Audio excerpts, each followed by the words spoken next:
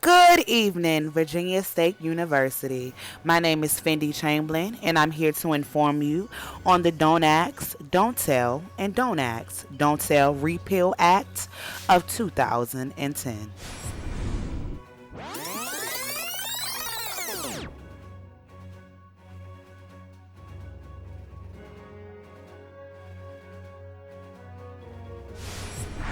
For nearly 30 years, you've advocated on behalf of those without a voice. That's not easy. For despite the real gains that we've made, there's still laws to change and there's still hearts to open.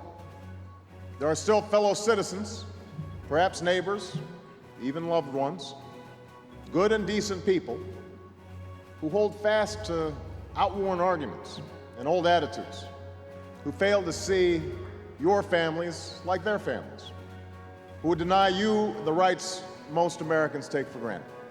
And that's painful, and it's heartbreaking. And yet, you continue leading by the force of the arguments you make and by the power of the example that you set in your own lives, as parents and friends, as PTA members and church members, as advocates and leaders in your communities, and you're making a difference. That's the story of the movement for fairness and equality. And not just for those who are gay, but for all those in our history who've been denied the rights and responsibilities of citizenship.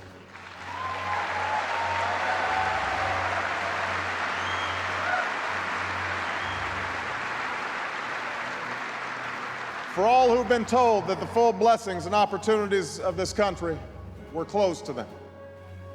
It's the story of progress sought by those with little influence or power, by men and women who brought about change through quiet, personal acts of compassion and defiance wherever and whenever they could. It's the story of the Stonewall protests. When a group Having been barred away for centuries, the military decided in 1993 that they would finally allow gay, lesbian, bisexual troops to finally serve in the military, but with strict guidelines.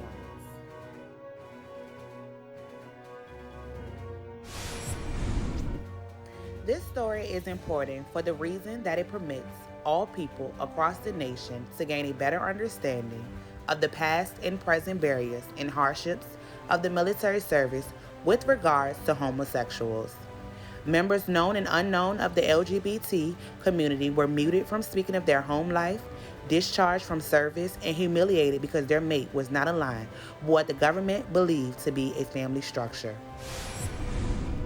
The influence of this story was so great that it took two presidents, elected officials, and citizens across the nation to take notice of the traumatic stress it had initiated with many American heroes.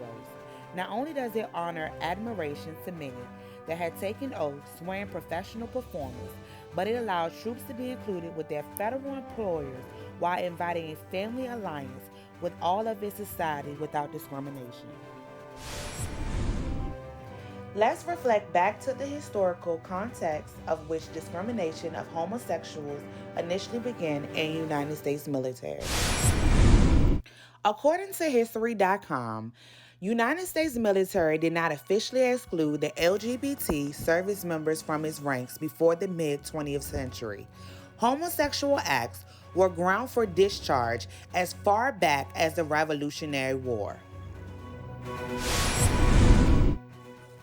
Even as far as the World War II, many psychiatrists classified homosexuality as a mental and behavior disorder. Potentially servicemen began undergoing psychiatric screening as a part of the introduction process. Backlash was sure to come, as the Sergeant Leonard, who was discharged from the United States Air Force after admitting he was gay in 1975. In 1981, the United States Department of Defense reaffirmed the ban, and during 1980s, the military branch discharged close to 17,000 men and women under the homosexual category. Homosexuals that served in the military often kept quiet out of fear that they were going to lose their job if they were exposed. But little did they know, Help was on the way. One of Bill Clinton's campaign promises was to integrate the homosexual community with military services legally. In 1993, with much help of elected representatives and Colin Powell, committees agreed to negotiate on differences. On July 19, 1993, Clinton announced the Don't Ask, Don't Tell policy, passed in Congress and went into effect on February of 1994. According to the Britannical Encyclopedia, the policy details that homosexual servicemen and women could remain in the military if they did not openly declare their sexual orientation. One of you is gay, and we need to know who it is so we can nip it in the bud right now. I remember exactly where I was on that cinder block wall, it holding me up, feeling like my throat and stomach had switched places. And after that meeting, I pulled those leaders aside and I said, "You're not supposed to ask that." So they even said, "Well, are you? Are you the gay one?" And this was the first time I really outwardly denied it because I wanted to keep my job, and so I said no. Just like him, many homosexuals was targeted more than ever. The policy did little change for the LGBT community. In fact, by 2008, approaching the 15-year anniversary of what some believe was a change in society, more than 12,000 officers was discharged in violation of the policy. Here is what he said it would be. Gay service members would never get in trouble for going to gay bars, marching in gay rights parades as long as they weren't in uniform, getting gay materials for any of the places they went or any of the things they did, as long as they didn't talk about it. That was what they were promised. That's a very different don't ask, don't tell than we got. What we got as soon as General Powell retired was this vicious mid and low level officer feedback where they, for a year or so, made it worse than it had been before. Then they sort of settled down. But the reason I accepted it was because I thought it was better than an absolute ban, and because I was promised it would.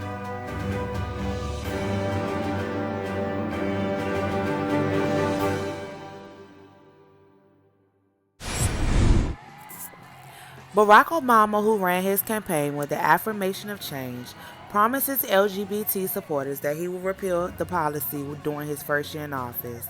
After his presidential victory, President Obama's desire for the repeal was stalled due to the Pentagon request. The request will ask for a study completion of the effects that the repeal may have on the military services.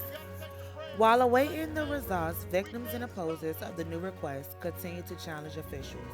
Both challengers will have their day either in front of a judge or in communities advocating for personal preference. On November 30 of 2010, after the Pentagon released their results, studies details that 70% was found to have no impact of the change. However, 40 to 60% of the Marine Corps expressed negative views. Don't Ask, Don't Tell, statistics from Britannica Online Encyclopedia, credits that on December the 15th, the House Representatives voted 250 in favor with 174 opposers. 3 days later, the measure overcame Republican filibusters attempted by a vote of 65 in favor and 22 opposers. After a sweep, the repeal bill was passed later that day with 65 in favor and 31 opposers. On July 22, 2011, Obama certified that the military was ready to end the Don't Ask, Don't Tell. After Defense Secretary and Joint Chiefs also signed off on the certification, a mandatory 60-day time period passed. The repeal took effect on September 20, 2011. Of every patriot. We are a nation that believes that all men and women are created equal. Those are the ideals that generations have fought for. Those are the ideals that we uphold today. And now it is my honor to sign this bill into law.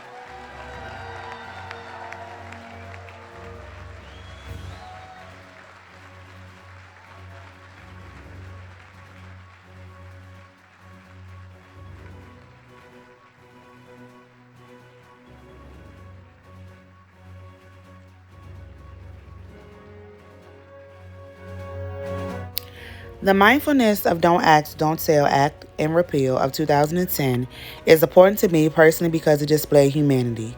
United States, leading as an example to nations, displayed actions that stated it's never too late for change and forgiveness. The government blockage served to diminish one's ability to be themselves unapologetically, finally honored the generational shift. The barriers did not only affect the LGBT community, but affected everyone around them. Not only did it cause traumatic stress to soldiers and their families, but the world entirely. Many soldiers lost work benefits, their reputation, and confidence in this country. Bill Clinton began the race, dismantling the ban, but years later announced a regret. President Barack knocked the concrete walls down and removed the duct tape from the mouths of many, allowing all servicemen and women to serve freely without restriction. This story is not only a historical story, but it's a story that requests you to reflect on respect. You should treat everyone with compassion and free of judgment, even if their life choices are not like yours. This story is not over. Still today, advocates encourage troops that have lost their jobs due to homosexual discrimination to file grievances and reclaim their benefits. Always remember to be kind to your neighbors and support them entirely.